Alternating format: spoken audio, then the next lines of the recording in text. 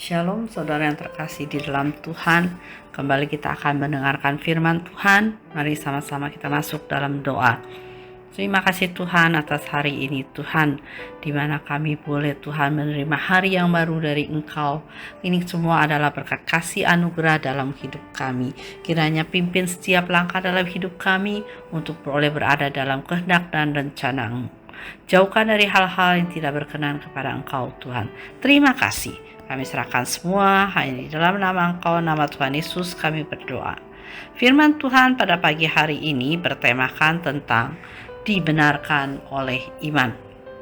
Kalau kita baca di dalam Roma pasal 5 ayat yang ke-1 dikatakan, sebab itu kita yang dibenarkan karena iman, kita hidup dalam damai sejahtera dengan Allah oleh karena Tuhan kita Yesus Kristus. Prinsip pembenaran oleh iman adalah prinsip keselamatan di dalam Alkitab, di mana tema kita adalah dibenarkan oleh iman. Ini bukan pengajaran perjanjian baru atau Paulus semata. Prinsip ini juga berlaku pada masa perjanjian lama. Seseorang dibenarkan bukan karena melakukan Taurat, melainkan karena percaya kepada Allah. Bisa baca di dalam Habakuk pasal 2 ayat 4. Orang yang dibenarkan oleh iman tidak lagi merasa khawatir akan kehilangan keselamatan dan ketidakberdayaan karena dibelenggu dosa dan ada di bawah bayang-bayang murka Allah. Oleh kasih karunia diubah menjadi kedamaian.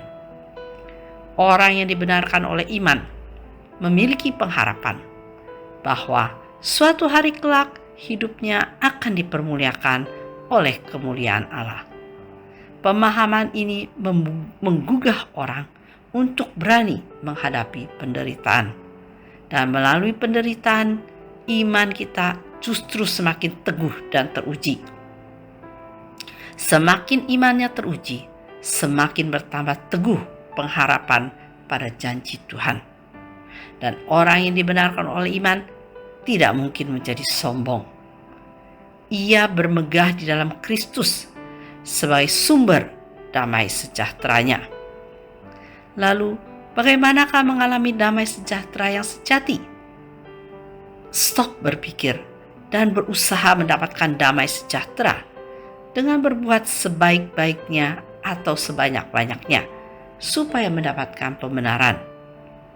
Lebih baik kita akui ketidakberdayaan kita dan minta pertolongan dan belas kasih kepada Allah di dalam Kristus. Lalu, lakukan perbuatan baik dan pelayanan sebanyak-banyaknya sebagai ucapan syukur.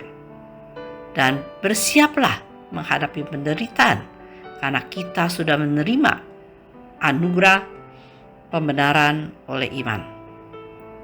Dan manusia yang berdosa tidak mungkin mencapai kebenaran dengan berbuat baik.